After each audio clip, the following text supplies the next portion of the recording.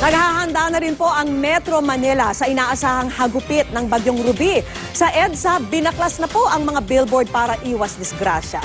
At nakatutok si Michael Fajardo. Sinimulan na ang pagbababa ng mga tarpaulin sa mga billboard sa kahabaan ng EDSA bilang paghahanda sa posibleng pagdaan ng Bagyong Ruby sa Metro Manila. Go ahead. Kasama ang MMDA at local government units, nagpulong na rin ang iba't ibang ahensya ng pamahalaan para tiyakin ang kahandaan sa bagyo.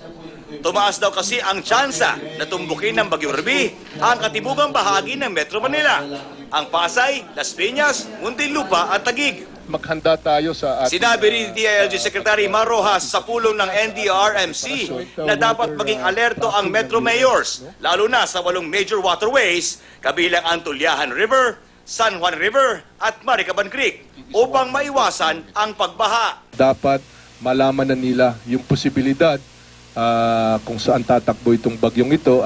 Handa naman daw ang MMDA na tugunan ito. Pinag-iingat ang mga nasa landslide-prone areas, lalo na sa Marikina, Muntinlupa at Quezon City. Nakahanda na rin ang AFP sa emergency transportation ng mga maaring ma-stranded at maging mga mangangailangan ng rescue. Handa rin daw ang DOST sa paglalagay ng emergency communication katuwang ang mga malalaking telecommunication companies.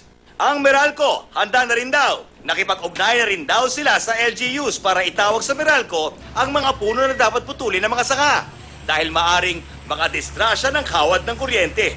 Michael Fajardo, nakatutok, 24 oras.